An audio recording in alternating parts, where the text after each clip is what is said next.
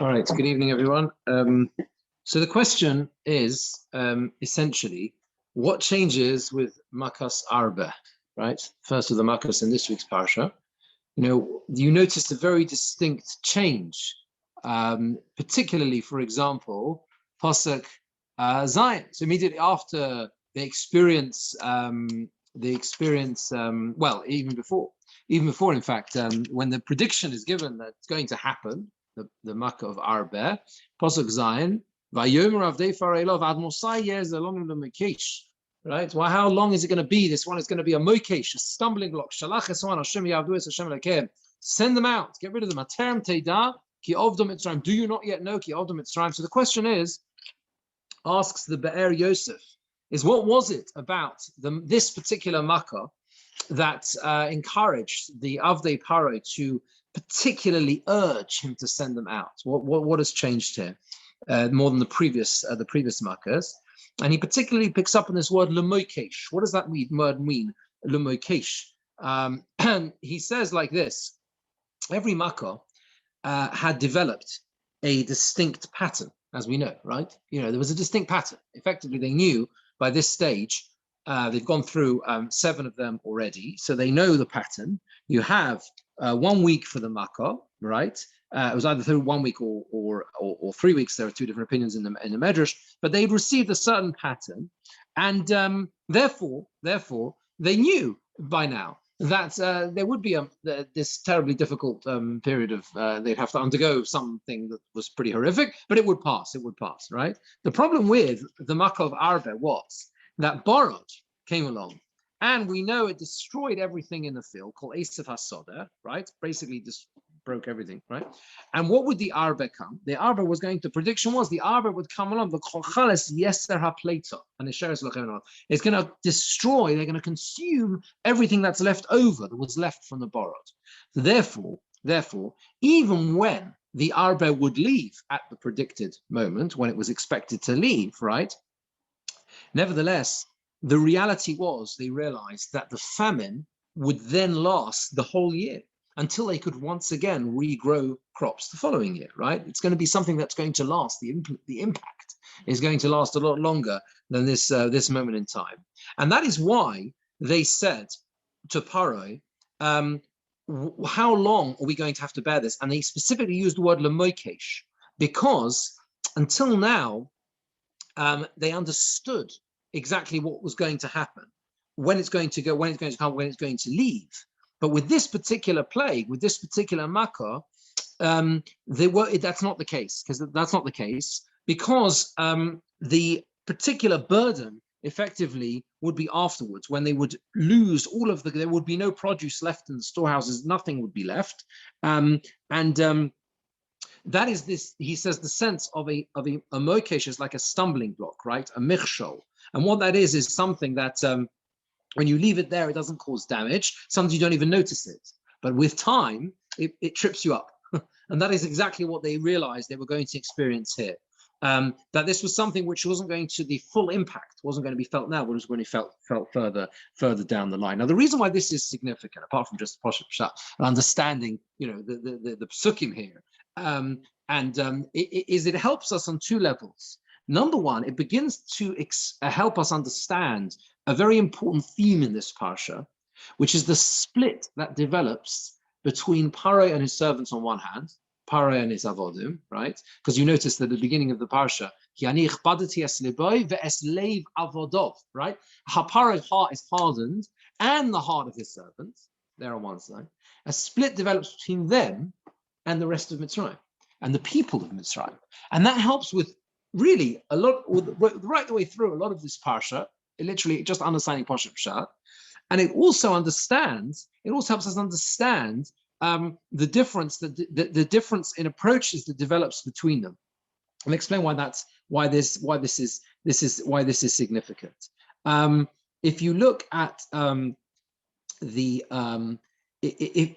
a kliyakar right at the beginning of Parshas Shmos, where you have the pasuk Vayokom Melech Chodosh al Mitzrayim, right? Vayokom Melech Chodosh. Don't worry, we'll come back to Parsha in a minute. But this is a very important kliyakar. What does it mean Vayokom Melech Chodosh? The kliyakar picks up. It's right at the beginning. Prak Aleph pasuk Ches, what is this vayokom? The word kimo, he says, you don't usually find with a melech standing up. Vayokom, he rose. Yeah, it doesn't work like that. It's just vayimloich. Vayimloich melech. That's what a melech does. A melech reigns. What does vayokom mean? Right, vayokom.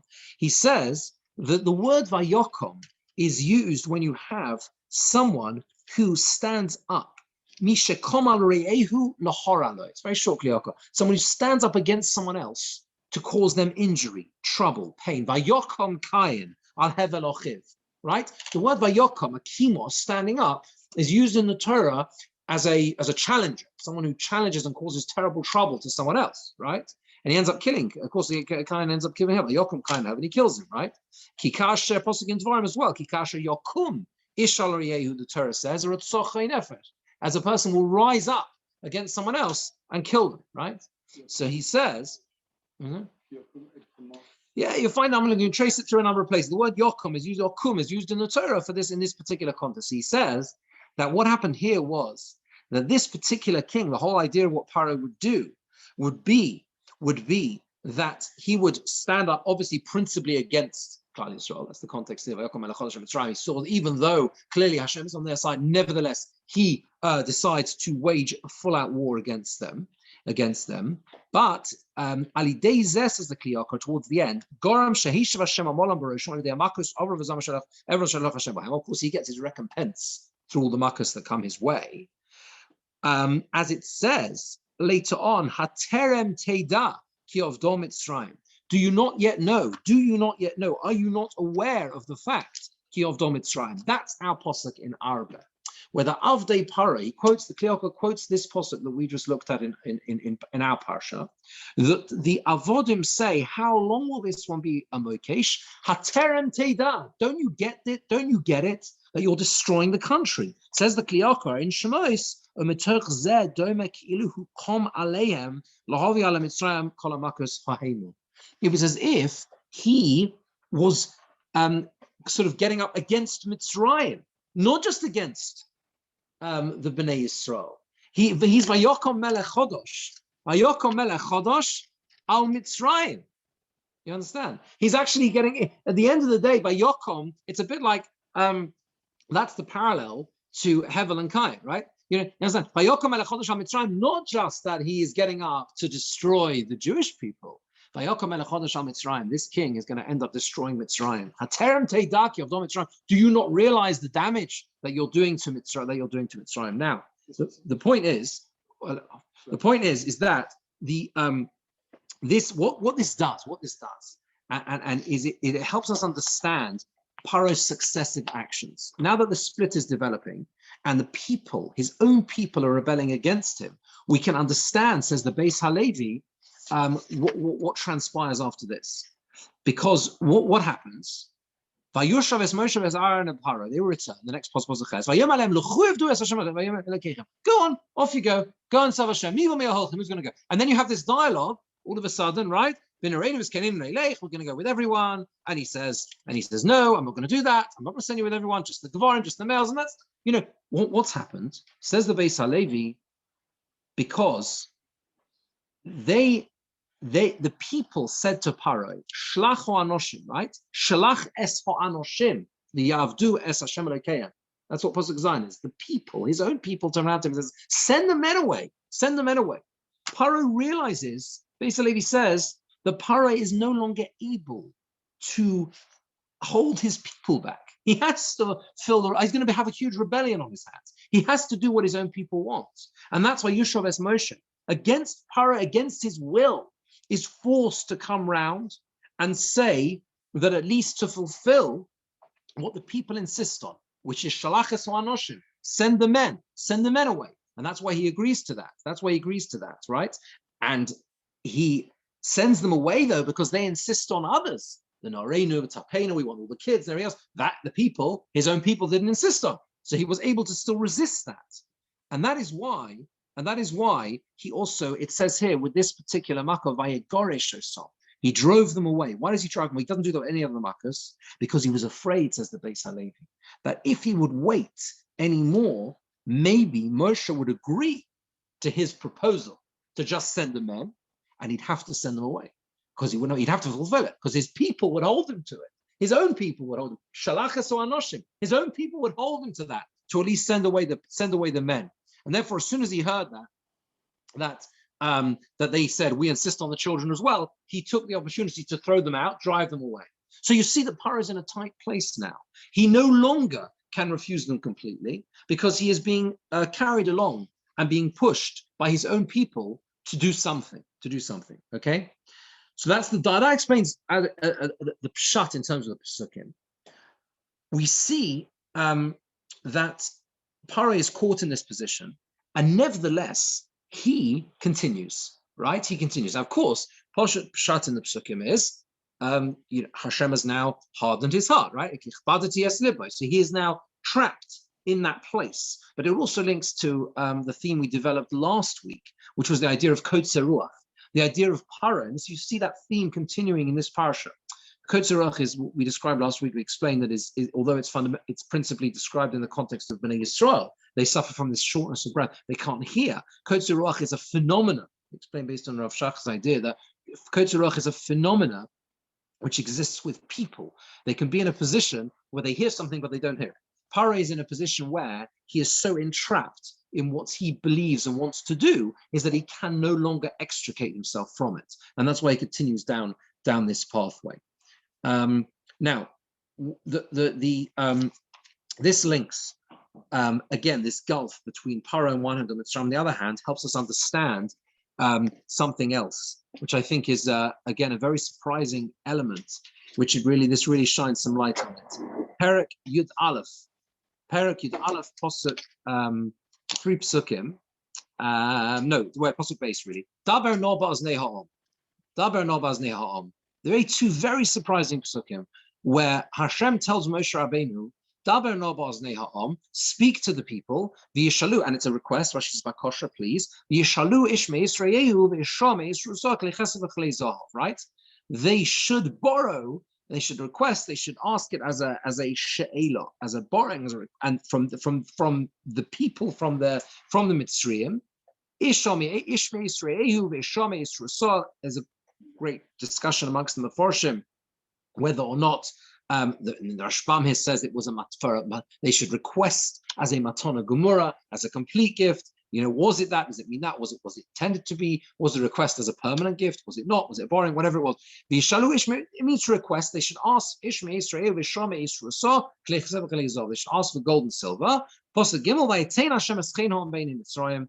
And the Hashem gave for the grace of the people in the eyes of Mitzrayim. So the Ramban here says like this. If you look at the Ramban, it's a short Ramban, Pasuk Gimel. Shelo hayu anshe Mitzrayim soinem ha'osom al ha'makas. He points, what do you mean by Yitain Hashem eschein ha'am b'nei Mitzrayim?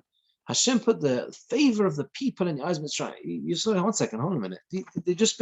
They enslaved them, right, for hundreds of years. What do you mean? All of a sudden, we're all friends. You notice it says before, Ishmei Esreyehu. Rabbeinu Bachai says, prior to Matan Torah, the word Re'ehu could refer to a non-Jew. After Matan Torah, Re'ehu is used in the Torah in the context only of a fellow Jew. But prior to Matan Torah, Re'ehu could also be a non-Jew. But it really strikes you that the use of those words, Ishmei Es Re'ehu, V'Ishamei Es Rusah, it's their friends. That's how you would naturally translate the word Re'ehu.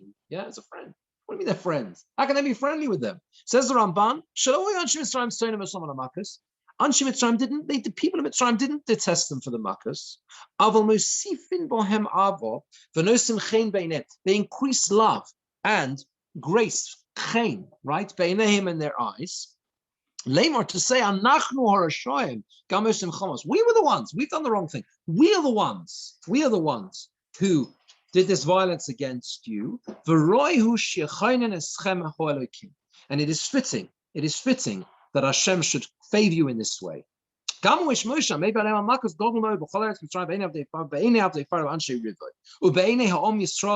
okay, he goes on to say that he had an elevated status in the eyes of everyone. But if you just skip a few lines here,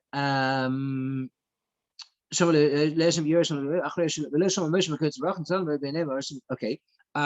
The Yesh Omrim, where it says V'yesh Omrim, the next paragraph, Ki be'enei ha'om, what is in the eyes of the people? that can mean, he says, in Mitzrayim. His first pshat is Einei Ha'om is Klal Yisrael themselves. That's Be'einei Ha'om. Yesh Moshe Gadol Ma'od Be'einei Ha'om. But some say Yeshem Ki Be'einei Ha'om, in the eyes of the people, is Mitzrayim. V'loi Omar Be'einei Paro Be'einei Avodov. But it doesn't say that he was elevated in the eyes of Paro and his servants. Ki Hashem Amatzis Libo Kineged Moshe. Right? Etc. Etc. He wanted to. He was going in a different way. So it doesn't say Einei Ha'om is specifically, says the Ramban, linking to what we said before, it's specifically the people of Mitzrayim. It's not Paro. It's not Paro and his avodim. So what do you see from here? Really, essentially, on one level, I think this line in the Ramban, Shelo Anshe Mitzrayim Sonim Esom Al Hamakos, you notice the remarkable power of some level of tshuva in some way. It seems, they've done a remarkable about turn. Right? They've turned around and they've said, actually, we respect you. We now understand you. They have this grace, this chaim towards the people. However, what is also emphasized here, the Ran in his drashas says that what you see from here as well, in the way this is set up, is deliberately in such a way that they have the power of Bechira. Mitzrayim themselves. They have the power of free choice.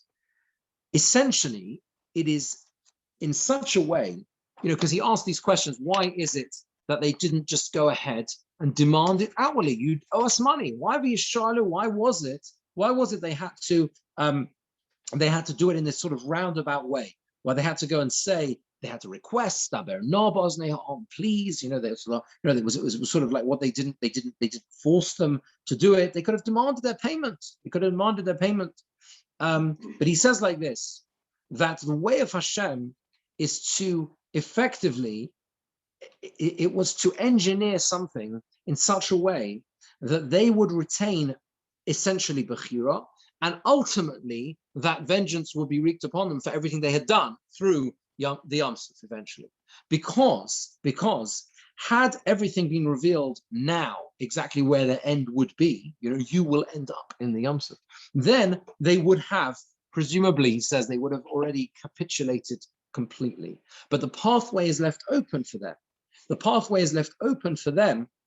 That even though they deserve to be paid for what they have done, they were asked Daber Nobos Nehom to request it in order that there should be effectively a space left for the Mitzrayim to have that Bechir. Well, maybe they didn't really deserve it. Maybe they shouldn't really be going free. The very fact that they are asked to only request it leaves that space open for them. So we shouldn't think that the Mitzrayim here have made an about turn completely, as if that has been the case. And that's why how we can understand at the end where they regret sending away and they agree to pursue them, of course, into the Yam Suf.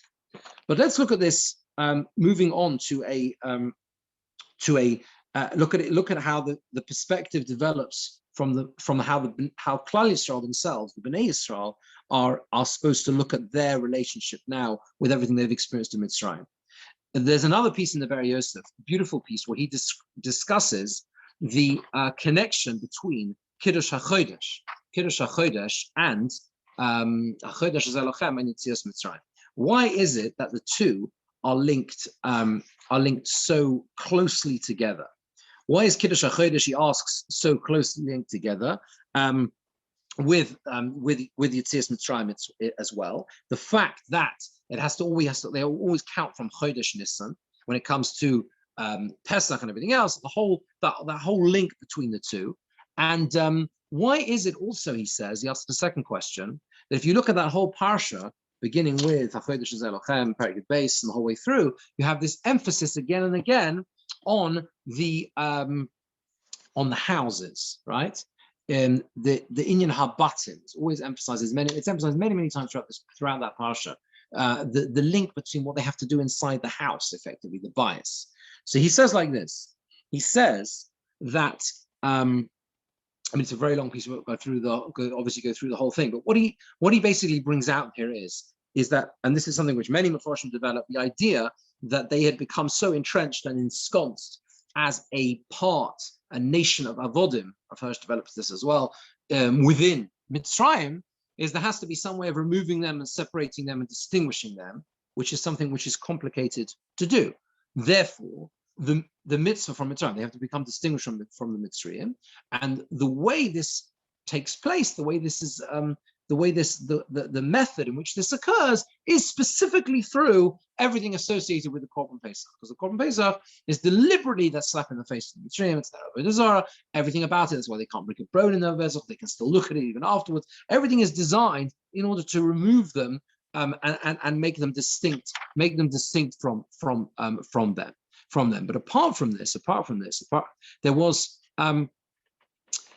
there was a need, he says, for the houses themselves, the batim that they were living in. They had to become in some way distinguished from the batim of the Mitzrayim, from the houses of the Mitzrayim, whilst they there had to be a way of distinguishing the fact that there should be a bias shel Yisrael in that way. Therefore, presumably, that's why you have the Damal HaMashkev and Shtei HaMezuzos. This was a sign on the inside or on the outside. They're able to see, they can see the distinction themselves. Hashem will see that, and therefore Hashem will therefore not include them in Makas B'choros. How does this bring us to Kiddush HaChodesh? Because he says like this, that he brings a number of Meforshim who explain that the principal way in which the moon works, if you like, is that obviously, as we know, it has no light in and of itself. The light is a reflection of the sun. Okay, the way it works though is that the further away it is from the sun, the more you can see of the moon. The greater the reflection that the moon, the greater the reflection of the sun on the moon. In other words, the more the moon, the more you can see of the moon, the more you can see of that reflection, right? Whereas the closer it comes to the sun, the closer the moon comes to the sun, the light itself is reduced. I did look this up. Work out exactly scientifically how that works. At the beginning of the month or the end of the month, right? Why don't you see the moon? Yeah, because the light is obscured, because the earth, I believe, is between the moon and the sun. Is that right? I'm not a scientist, but I believe it's the case, right? So there's this closeness in that way, but whereas the moon is in the opposite direction, you end up seeing more light in that way not from the moon, but the greater reflection from the sun. So he says like this: what is the significance of this? The significance is that when the light, the message that they need to absorb from the moon is that as long as they realize that the light that they have themselves is different and distinct entirely, right, from the, if you like, the light of Olam Hazeh, the light of this world, the light that is represented by the sun, if you like, which is the light of Olam Hazeh, the more they can understand that they will be able to shine with their own light. He says like this: the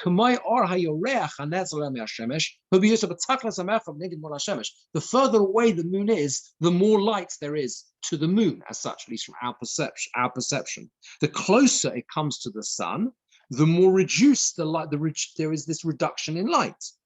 So too, he says, the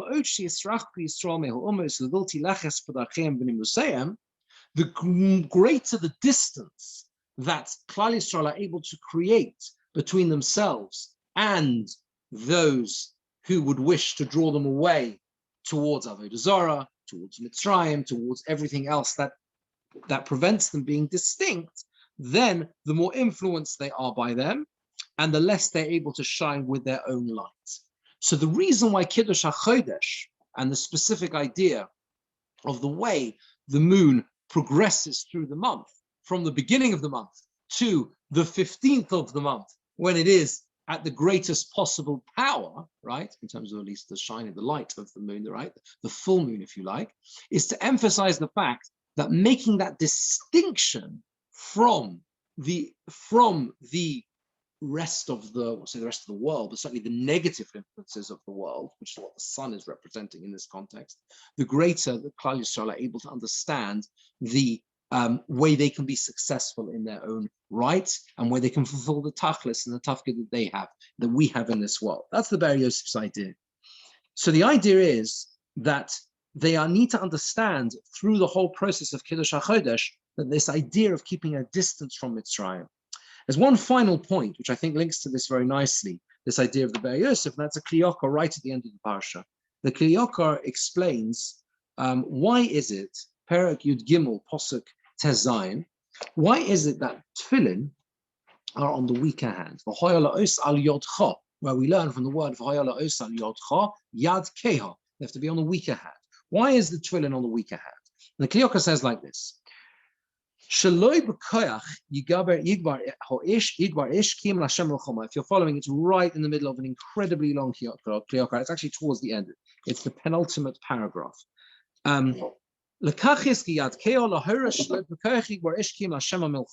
To remind us that ultimately Hashem is the one who, so to speak, wages the milchama of the war.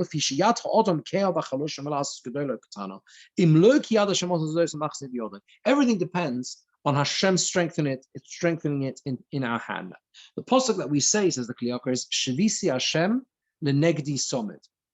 And what's the context of that pasuk? I will place Hashem always before me. He says like this. He says, David was pained. David was pained. Why is it that Hashem placed the lave biyad smile, the lave on the left hand side? Why is that on the left hand side of the body?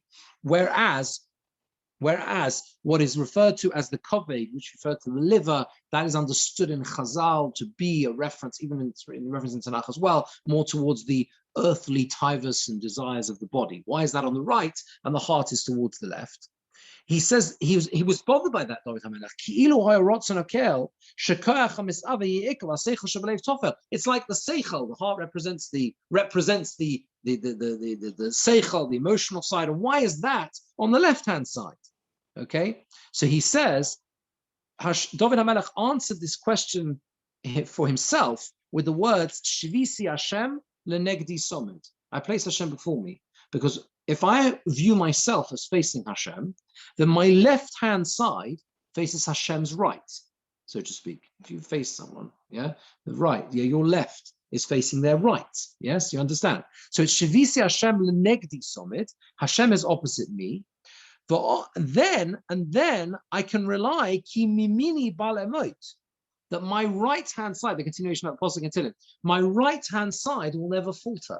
Right? In other words, my right will never take over the left. The earthly desires of the body will never take over the seichel and the intelligence represented in the heart. Why? Because Hashem will always uplift me. Yumin Hashem remeimo. And therefore, he says, and that's why he brings other psukim as well. He continues this, I think it's the continuation of the psukim Tehillim. Ni'imois b'mincha netzach. The idea being that pleasantness is always in your right hand, not in mine, but in yours, because you face my left. And therefore he says like this: But al kein tziva Hashem, lo niach atfilin Hashem chok b'em al yad keh, on the weaker hand. Lahoros, to teach sheyad Hashem hachazaka hayeminis hi anersenes koch yad keh zu. It is the right hand side, the strength of Hashem's side, which gives strength to that weaker side that we have.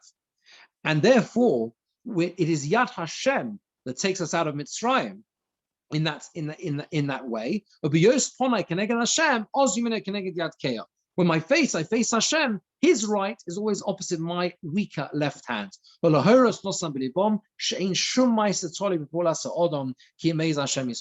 ultimate message is that nothing is dependent ultimately on what we do. Ultimately, everything is dependent on that reliance on Shavisi Hashem lenegdi somid, the right hand of Hashem supporting me. Therefore, the Torah says, you put your tefillin deliberately on your left hand to understand that that's the hand that's opposite the right of Hashem, because you need that right to support you always. It's a very beautiful pshat in what we do every day, in terms of wearing tefillin, but it also helps us understand the idea, linking to that idea of the Be'er Yosef, the idea that fundamentally, the Klal Yisrael here are going down a completely different trajectory. From the moment you begin with HaChodesh Hazeh Lochem, that moment of understanding that we take a lesson from the moon, and the way the moon, the further it distances itself, distinguishes itself, values what it is rather than something else, the more we are able to understand that we have our own distinct role, and the idea that we are entirely dependent on HaKadosh Baruch Hu, rather than believing, as Paro does, that he can continue on that same trajectory,